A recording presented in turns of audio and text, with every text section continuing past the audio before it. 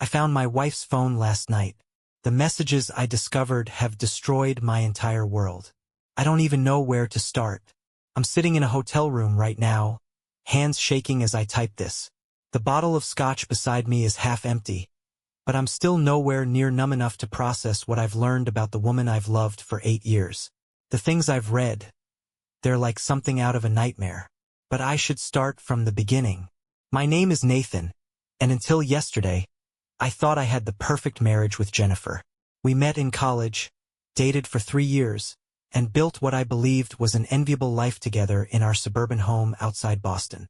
She works in pharmaceutical sales, I'm in software development, and from the outside we were that annoyingly happy couple that had everything figured out. No kids yet, though we've been talking about starting a family soon. The thought of that now makes me physically sick. The first crack in our perfect life appeared 7 months ago. It was subtle, so subtle that I convinced myself I was imagining things. Jen started working longer hours, which wasn't unusual during her quarterly push periods. But something felt off about it this time. She'd come home later and later, always with these perfectly crafted explanations. Client dinners, regional meetings, training sessions. Looking back now, I realize how rehearsed those excuses were, how carefully she'd constructed her web of lies. The changes in her behavior were like watching a slow-motion car crash that I couldn't stop. First, she password-locked her phone, something she'd never done in all our years together. She started taking calls in another room, her voice dropping to whispers whenever I walked past. When I'd enter a room while she was texting, she'd snatch her phone away like it was burning evidence. I told myself it was client confidentiality, work privacy policies. God, I was such an idiot. Then came the gym obsession. Jen had always been into fitness, but suddenly she was going 4 or 5 times a week, always at odd hours. Sometimes right after work, other times at 8 p.m., not returning until after 10. New workout clothes appeared in her closet, and she started wearing makeup to the gym, something she used to ridicule other women for doing. I remember finding a receipt for $300 worth of lingerie in her car. When I asked about it, she said she wanted to spice things up for us. Funny how that lingerie never made an appearance in our bedroom. The breaking point should have been the night of my parents' dinner. We'd had dinner with them every other Sunday for years. An hour before we were supposed to leave, Jen got a work emergency call. She sold it perfectly. The frustration, the apologies, even the fake tears about letting my parents down. I went alone, defended her absence, even brought her back leftovers like a devoted husband. When I got home, she was locked in her home office, speaking in those same hushed tones I'd grown to hate. Our intimacy vanished like smoke. Sex became a rare, mechanical exercise that left me feeling more alone than if we hadn't touched at all. The casual affection, the cuddles during movies, the quick kisses, the playful banter, all of it evaporated. When I tried to talk about it, she had an arsenal of excuses. Work stress, fatigue, hormones, anything to keep me at arm's length. I started seeing a therapist, thinking I was the problem. Maybe I was having some kind of breakdown, seeing threats where there were none. My therapist asked me one question that changed everything. If everything is fine, why are you here? That's when I started paying attention. Really paying attention. The client dinner where she came home reeking of unfamiliar cologne. The regional meeting that ran until 11 p.m. on a Friday, but her car was ice cold when she got home, like it hadn't been driven for hours. The training session, where her gym bag contained nothing but her burner phone. The phone that would eventually shatter my world. I wasn't looking for the phone when I found it. That's the irony of it all. I was actually doing something nice for her, cleaning out her car, while she was at another one of her client meetings. She'd been complaining about how messy it had gotten, and I thought I'd surprise her. Stupid, right? Even after everything, I was still trying to be the perfect husband. The phone was wedged between the passenger seat and the center console. First, I thought it was just an old phone she'd forgotten about. It was a basic model, nothing like her fancy iPhone. But when I pressed the power button, it lit up. No password protection. No fingerprint scanner. Just a screen full of text messages that made my blood run cold. The first message I saw was from a contact saved as B. 3 simple words that destroyed my world. Missing you already. The timestamp was from 2 hours ago, when Jen was supposedly meeting with her regional manager. My hands were shaking so badly I could barely scroll through the messages. There were hundreds of them going back months. Explicit photos, details of their meetups, inside jokes about deceiving me. But what hit me hardest wasn't the evidence of the physical affair. It was the emotional intimacy in those messages. The good morning texts, the I can't wait to see you messages, the I've never felt this way before confessions. B turned out to be Brad. My brother. My own fucking brother. The same brother who'd been coming over more often for the past few months, claiming he wanted to reconnect after his divorce. The same brother who'd sit across from me at family dinners, laughing and joking while he was sleeping with my wife. The same brother who'd called me last week asking if I wanted to go on a fishing trip next month. Just the two of us, like old times. Reading their messages, I learned they'd been meeting at a motel just outside the city. Room 214. Always on Tuesdays and Thursdays when I had my late meetings. They had it down to a science. They even had a system for deleting their regular phone messages and only using the burner phones for their real communication. But here's the part that really twists the knife. They talked about me. Mocked me. Jen would share things I told her in confidence, private moments I thought were just between us. They'd laugh about how trusting I was, how I never questioned her excuses. Brad would joke about how I was always the responsible one, while he was living life to the fullest. There was one message thread that I can't get out of my head. Jen had sent him a photo of us from our recent anniversary dinner. I'd taken her to this expensive restaurant downtown, spent weeks planning the perfect evening. The message under the photo read, "Playing the part of the devoted wife." If only he knew where I was an hour later. I sat in her car for what felt like hours, reading through every message, looking at every photo, forcing myself to face the full extent of their betrayal. My brother and my wife, the two people I trusted most in the world, plotting and scheming and laughing behind my back. Then her real phone buzzed with a text. From me. The reminder I'd set up weeks ago. Don't forget Mom and Dad's anniversary dinner next week. The thought of sitting across from Brad at that dinner, pretending everything was normal, made me physically ill. I barely made it out of the car before throwing up in our driveway. That's when I made my decision. I wouldn't confront them right away. I wouldn't give them the chance to spin their lies or make excuses. Instead, I took photos of everything on the burner phone. Every message, every photo, every piece of evidence of their betrayal. Then I put the phone back exactly where I found it, went inside, and started making plans. Some might call it cold or calculating, but in that moment, I felt a strange sense of calm. For the first time in months, I wasn't confused or uncertain. I knew exactly what I had to do. I just needed to be smart about it. I spent the next few days gathering more evidence, documenting everything. I set up a consultation with the best divorce attorney in Boston. I started moving money into a separate account. I documented every lie, every fake work event, every time she'd been with him instead of where she claimed to be. I even hired a private investigator to get photos of them together, not because I needed more proof, but because I wanted them to know they hadn't been as clever as they thought. The hardest part was acting normal, smiling at her when she came home, listening to her lies about where she'd been, responding to Brad's texts about the fishing trip as if nothing had changed. But I managed it. I had to, because what I was planning needed perfect timing. And then, last Tuesday, everything was ready. The next few days were surreal. Have you ever had to pretend your entire world wasn't falling apart? To smile and act normal while planning to destroy someone's life? That's where I found myself, playing the role of the oblivious husband while setting up the most painful confrontation of my life. First, I met with Diana Martinez, supposedly the most ruthless divorce attorney in Boston. Her office was in one of those gleaming downtown towers, the kind of place that screams, "You can't afford me." But I didn't care about the cost anymore. When I showed her the evidence I'd gathered, she actually smiled. "Mr. Walker," she said, "you've done half my job for me already. She advised me to document everything, so I created a detailed timeline. Every lie, every work meeting, every suspicious credit card charge.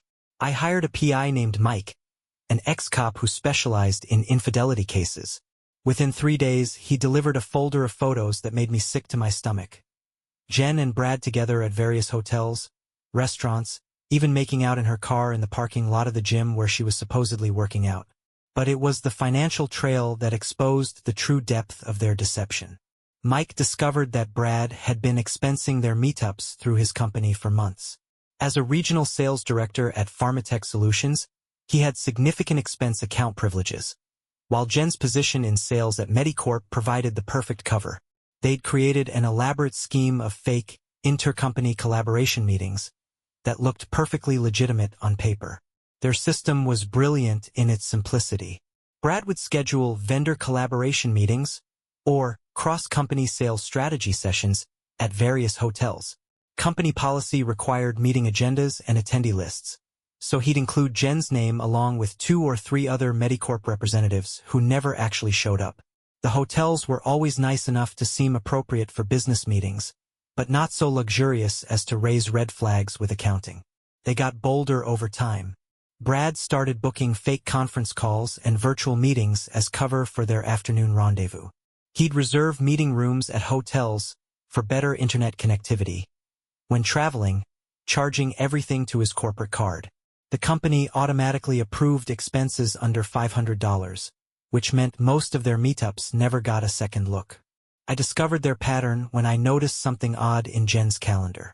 Every time she had a Medicorp Pharmatech joint initiative meeting, her location sharing would be turned off. Cross-referencing with Brad's expense reports showed hotel meeting room charges for those exact dates. The genius part? They created actual PowerPoint presentations and meeting notes.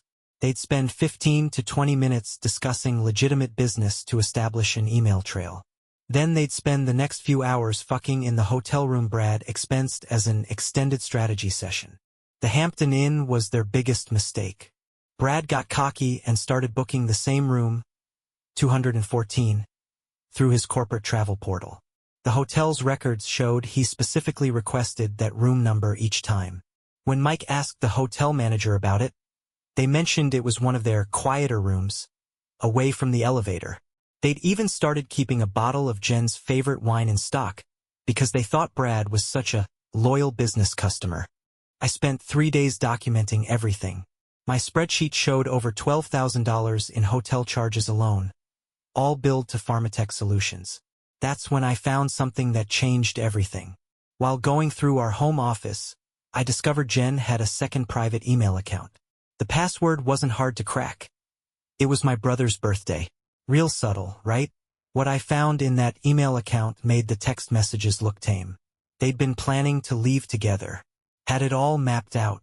After the fishing trip Brad had invited me on, they were going to stage a dramatic realization that they'd fallen in love. They thought it would soften the blow if it seemed spontaneous, like they'd tried to fight their feelings but couldn't. They'd even written out a script of what they'd tell me, my parents, our friends. The level of calculation was staggering. The emails revealed something else that made my blood boil. They'd been using my money, our joint account, to fund their affair. Those mysterious withdrawals I'd noticed? Hotel rooms, fancy dinners, jewelry. They'd spent thousands living their fantasy romance with my money. That's when I finalized my plan. I wouldn't just confront them. I would orchestrate a moment they'd never forget. And thanks to their predictable pattern of Tuesday meetups at room 214, I knew exactly when and where to do it. I called my parents, told them I needed their help with a surprise anniversary party for Jen. Called her best friend Lisa, who'd been suspecting something was off for months, and brought her into the loop. Called Brad's ex-wife Sarah, who broke down crying and revealed she'd had suspicions about Jen during their marriage but could never prove anything. Everything was set. Next Tuesday would be their last secret rendezvous. Tuesday arrived with the weight of a funeral. I called in sick to work for the first time in 3 years. Told Jen I had several important meetings and would be home late. She barely contained her excitement, mentioning she also had to work late on a new client presentation. I watched her get ready that morning with extra care. That new cream silk blouse she'd bought last month. Her favorite pencil skirt. Matching lingerie visible through the thin fabric. The sight made my stomach turn. "Love you, babe," she called out, grabbing her laptop bag. The one I now knew contained her change of clothes and the burner phone. Her wedding ring caught the morning light as she waved goodbye. I made it to the bathroom just in time to throw up. The PI's updates came in steadily. 2:30 p.m. Subject 1, Jen. Leaving office early 3:15 p.m. Subject 1 arrived at Hampton in 3:20 p.m. Subject 2, Brad. Spotted in parking lot 3:25 p.m. Both subjects entered room 214. My hands wouldn't stop shaking as I texted everyone. "They're in position." The hotel manager met us in the lobby at 5:15 p.m. My mother's face was ash gray, clutching my father's arm for support. Lisa, Jen's best friend, kept wiping her eyes, smearing her mascara. Brad's ex-wife Sarah stood slightly apart, arms crossed, a grim satisfaction in her expression. The two officers from the county sheriff's department positioned themselves discreetly near the elevators, a courtesy arranged by my PI, just in case things got ugly. "I've disabled their key cards," the manager whispered, handing me the master key. "They can't leave until you open the door." The walk to room 214 felt like a death march. Each step echoed on the cheap hotel carpet. My father's breathing was ragged, he'd aged years in the past hour. Lisa started quietly reciting what sounded like a prayer. The hallway stretched endlessly, numbers ticking by. 210, 211, 212, 213, 214. I pressed my ear to the door. Laughter. They were laughing. My brother's deep chuckle, Jen's playful giggle, sounds I'd heard 1,000 times at family gatherings. Now poisoned forever. "Ready," I mouthed to everyone. Nods all around. The officers moved into position. I knocked 3 times. Deliberately, steadily, despite my trembling hands. "Housekeeping," I called out, pitching my voice high. Shuffling sounds. A whispered "shit." That could only be Brad. Then Jen's voice, slightly breathless. "No thank you, we don't need service." I slid the keycard in. Green light. The handle turned with a click that seemed to echo down the hallway. The scene burned itself into my memory in vivid, grotesque detail. Rumpled sheets. Wine glasses on the nightstand. Jen's cream silk blouse crumpled on the floor next to Brad's tie. The tie I'd given him for Christmas. The room reeked of sex and her signature perfume. Jen was scrambling to cover herself with a sheet, her carefully styled hair now a tangled mess. Brad was hopping on one leg, trying to pull his pants on, his wedding ring from his new marriage glinting on the bedside table. The look of recognition that crossed their faces. I'll see it in my nightmares forever. Jen's eyes widened in horror. All the blood drained from Brad's face. For a long moment nobody moved. Nobody breathed. "Oh, don't get dressed on my account," I said, my voice unnaturally calm. "I'm sure Mom and Dad have seen it all before." That's when they noticed who was behind me. The sound Jen made. It wasn't quite a scream, more like a wounded animal's whimper. Brad stumbled backward, tripping over his discarded shoes, landing hard on his ass. My mother made a keening noise I'd never heard before, like her soul was being ripped out through her throat. My father, my strong, stoic father who I'd never seen cry, let out a sob that shook his whole body. "Nathan," Jen started, clutching the sheet to her chest, her voice trembling. "This isn't.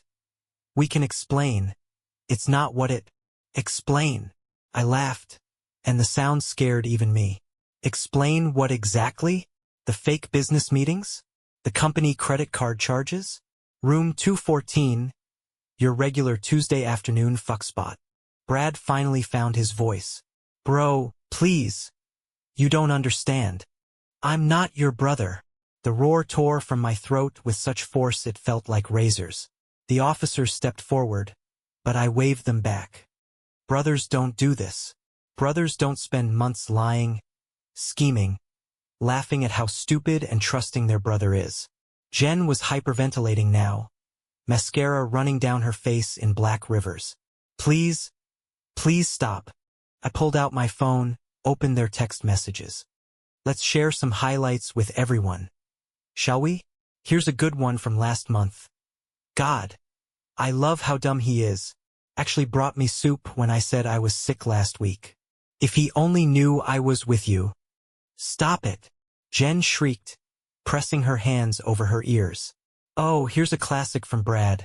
Poor Nathan, working late again. Don't worry, babe. I'll take good care of his wife for him. Really funny stuff, bro. You should do comedy. Brad made his fatal mistake then. He took a step toward me, hands raised placatingly. Listen, we never meant. The punch felt like slow motion. All those years of martial arts training condensed into one perfect strike. The crunch of his nose under my knuckles was sickeningly satisfying. Blood sprayed in an arc as he went down, splattering the cheap hotel carpet. The officers moved forward again, but my father's voice stopped them. My son, he said, his voice shaking with rage and grief, has shown remarkable restraint, more than I would have. I turned to Jen, who was pressed against the headboard, sobbing hysterically. The divorce papers will be delivered to your office tomorrow. Don't bother coming home. Your things will be packed and sent to your mother's house. The locks are already changed. Nathan, please, she wailed, reaching toward me with trembling hands. The sheet slipped, revealing the lingerie she'd so carefully chosen for my brother. We can work this out. I'll do anything. The time for that was before you spread your legs for my brother. The words were ice cold. Clinical. Though I should thank you, the photos of you two together will make the fraud investigation at Pharmatech much more interesting. $12,000 in fake business meetings? That's a felony, Brad. Brad groaned from the floor, blood streaming through his fingers as he clutched his nose. Jen lurched toward the bathroom, retching violently. My mother, who had been silent until now, stepped forward. Her voice was steel. I had 2 sons, she said quietly. Now I have 1. And Jennifer, I helped plan your wedding. I loved you like a daughter. I hope you both rot in hell. Lisa was openly crying now. Sarah looked like she might applaud. The officers were carefully studying the ceiling, trying to hide their smirks. I took out the burner phone I'd found in her car and tossed it on the bed. By the way, you really should be more careful where you hide things. Oh, and the room's only paid for another hour. Might want to get dressed. The hallway felt a million miles long as we walked out. My legs finally gave out in the parking lot. I sat on the curb and broke down, really broke down, for the first time since this nightmare began. My dad held me like he did when I was a kid, and we cried together. But this wasn't the end. Not by a long shot. The financial investigation turned up something even more sinister than their company account fraud. After the hotel confrontation, I hired a forensic accountant named Marcus to go through everything with a fine-toothed comb. What he found made me physically ill. They didn't just use the company accounts, Marcus explained, spreading out documents across his desk. They created an entire shadow financial system. Look at these transfers. The spreadsheets told a damning story. Brad had helped Jen set up multiple PayPal and Venmo accounts under variations of her maiden name. They'd been moving small amounts, never more than $500 at a time, from our joint account into these fake accounts, then consolidating them into a secret savings account at a different bank. It's called structuring, Marcus explained, keeping transactions small to avoid detection. Classic embezzlement technique. But here's where it gets interesting. He pulled up another spreadsheet. Brad had been doing the same thing with his company expenses. Instead of booking one large conference room for their fake meetings, he'd break it into multiple smaller charges. Room rental, AV equipment, catering. Each charge just under the $500 automatic approval threshold. Between your joint account and the company fraud, they stole nearly $47,000 over the past year, Marcus concluded. But they got sloppy. Look at this.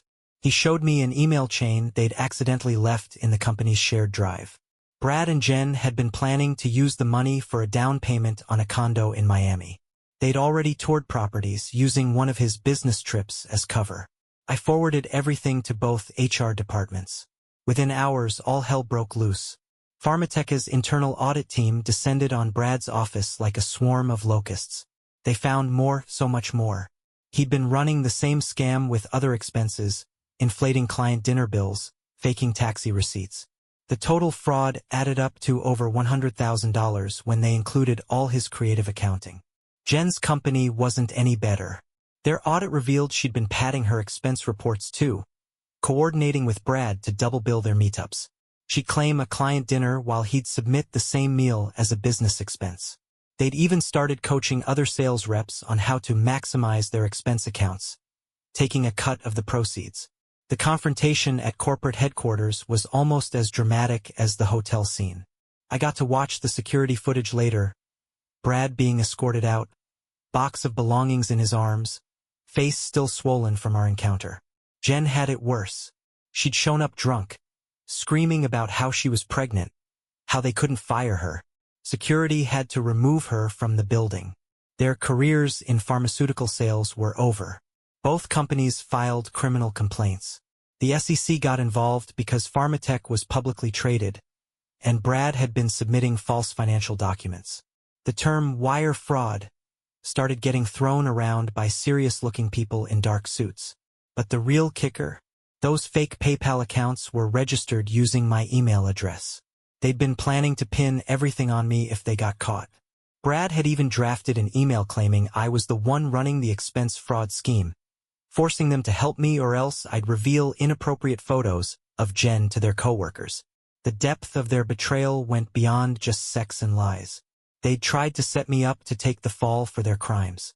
My own brother and my wife, plotting to send me to prison so they could run away together with the money they'd stolen. The legal proceedings turned into a circus that would have made Netflix producers salivate. Let's start with the divorce court. Jen showed up to our first hearing in what I can only describe as pregnant femme fatale, attire, tight black dress stretched over her growing belly, dramatic makeup, and enough tears to fill room 214. Her new lawyer, paid for by her parents' retirement fund, tried painting me as an emotionally unavailable workaholic who drove his poor wife into his brother's arms. The judge's response was priceless. Mrs. Walker, I've reviewed the evidence, including your text about, and I quote, Nathan's working late again. Want to christen his home office. Followed by detailed photos that I unfortunately had to view. Would you like to revise your statement about being driven into anything? Jen burst into tears, her fourth crying fit that morning. The judge just sighed and asked her lawyer, does your client need a moment? Or is this part of the performance? The financial discovery phase was where things got really interesting. The forensic accountant found a trail that led to multiple hidden accounts. Business Development Fund, actually their sex hotel slush fund. Marketing research, code for their jewelry and gifts. Client relations, their fancy dinner dates.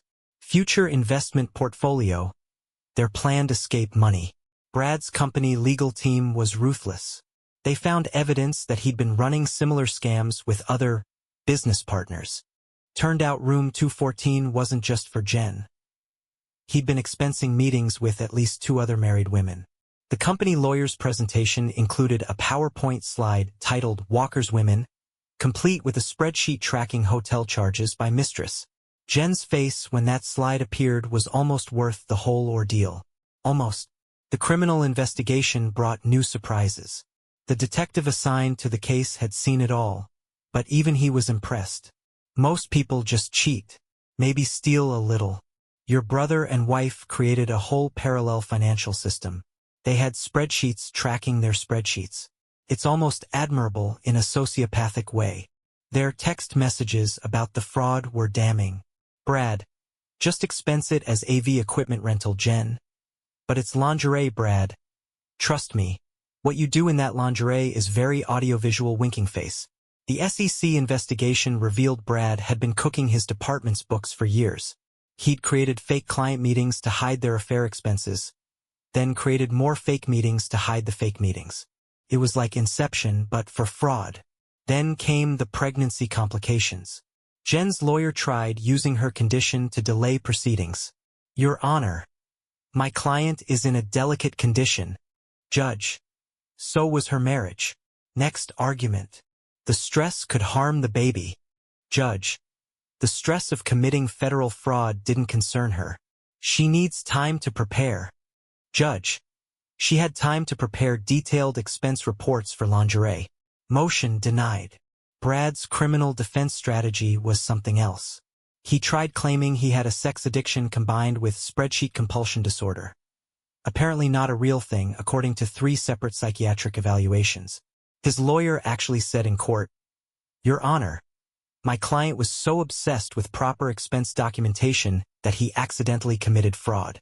Even the stenographer had to take a moment after that one. The prenup hearing was the highlight.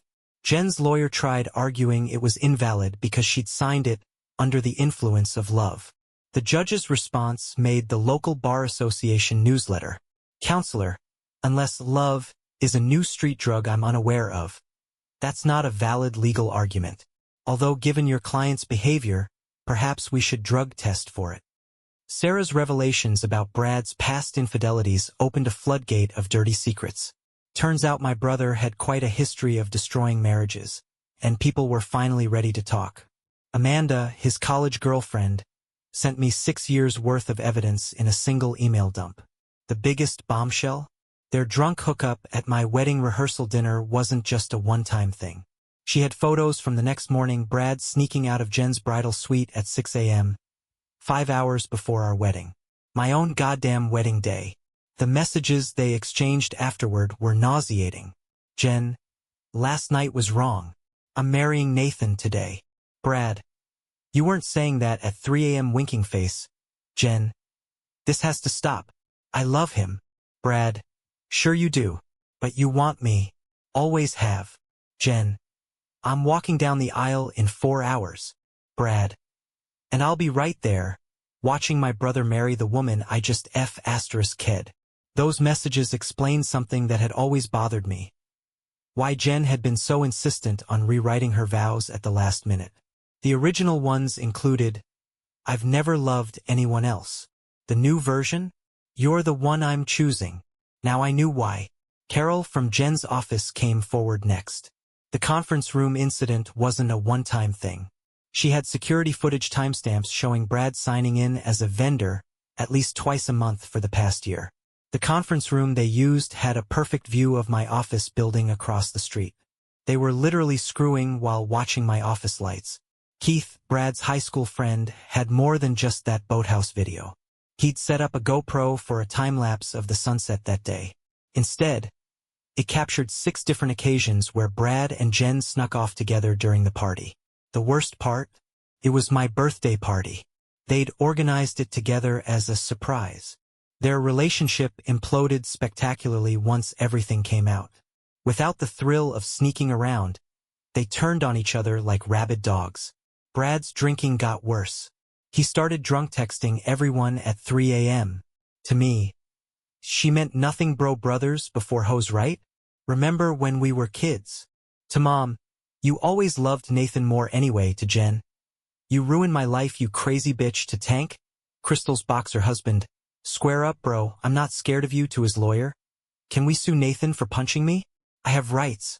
Jen's desperation reached new levels. She created a TikTok account called Pregnant Mistress Life and started posting day-in-the-life videos. Morning routine, featuring morning sickness and trauma. Getting ready for court while pregnant, emotional. What I eat in a day to grow my scandal baby. Story time. How I lost everything for love, Part 147. The videos went viral, but not in the way she hoped. The comments were brutal. "Girl really said, let me make myself look worse. This is not the girl boss moment you think it is. Nathan dodged a nuclear missile. Team Tank TBH. Their public breakup in the Walmart parking lot became local legend. Witnesses recorded everything. Brad, you said you'd leave him years ago. You promised we'd be together." Jen, "You're just like your brother, weak. At least he could provide for me." Brad, "Provide? You mean the money you kept stealing from him?" Jen, "At least I didn't sleep with Crystal." Brad, "That was one time. And she wasn't even married to Tank then." Jen, "It was last week, you idiot." Check your Instagram DMs. Their relationship status updates were a tragic comedy. Brad went from "it's complicated" to single to "in a relationship with Crystal" to single to "in a relationship with Crystal's sister" to "in hospital, please donate" after Tank found out. Jen's status remained married to Nathan Walker because she couldn't figure out how to change it, or more likely, because she knew it drove Brad crazy. The pregnancy became her entire personality. Every ultrasound photo was posted with captions like, "Growing our forbidden love child, smiling face with hearts. Baby Walker Walker, need to work on the name. Daddy may be in rehab, but baby feels the love. Week 24. Baby is the size of a room 214 key card key red heart."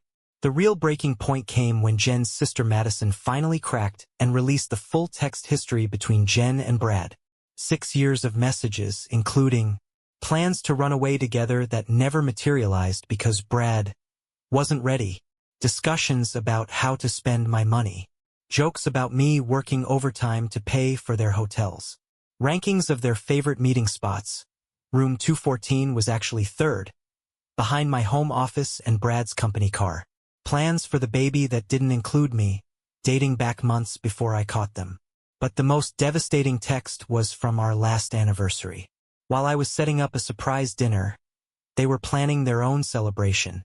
Jen: "He's taking me to La Maison tonight," face with rolling eyes. Brad: "Boring. Same place as last year." Jen: "He has no imagination, but I bought special lingerie for after." Brad: "For him." Jen: "No baby for you. His dinner ends at 9. Hotel at 10. Brad: "Room 214 is already booked." Face blowing a kiss. The baby shower drama reached new heights when Jen discovered she was having twins. Her announcement post broke Facebook. Double the blessing, double the drama. Baby hashtag twinning with my former brother-in-law hashtag room for 214 babies.